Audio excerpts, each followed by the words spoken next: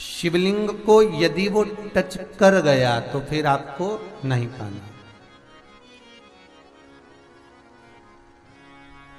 अच्छा, कई लोगों के मन में एक प्रश्न आता है, महाराज प्रश्न तो बहुत सारे हैं, यहाँ पर भी बहुत हैं और ऑफिस में भी लिख लिख के लोग बहुत सारे दे जाते हैं, तो जितने पढ़ सकते हैं उतने पढ़ कर बता दें।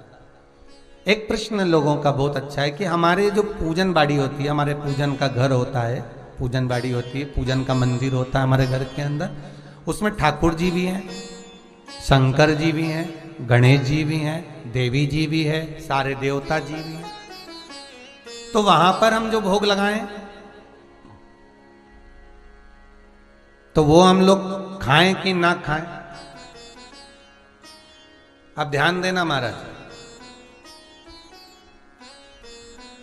जिस पूजन वाणी में, जिस मंदिर में, आपके घर के मंदिर के अंदर आप पूजन करते हैं, भोग लगाते हैं, अर्चना करते हैं, उसमें सभी देवता विराजमान हैं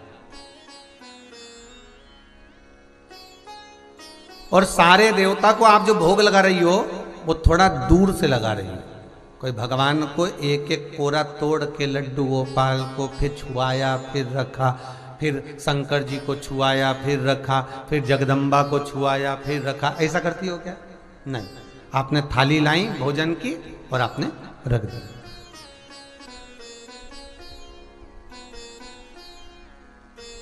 और थाली रख कर रखा, सामने थाली है और बिल्कुल सम्मुख में भगवान,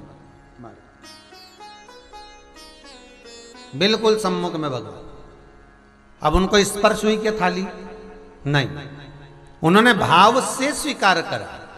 शिव महापुराण की कथा कहती है बाकी के जितने भी शिवलिंग हैं, नर्मदेश्वर से हटकर भी जो शिवलिंग है, उनके सामने अगर आपने कुछ चढ़ाया है शिवलिंग को बिना टच करे हो तो आप खा सकते हो, तो आप पा सकते हो। पर यदि किसी भी मंदिर में अगर जो सामग्री आपने शिवलिंग को लगा दी गई है तो फिर उसका भोग आप नहीं कर सकते। वो कोई बैरागी, कोई त्यागी जिसने परिवार, कुटुंब, कबीला, नाते, रिश्ते सब छोड़ दिए हों, फिर बस वो उसके लिए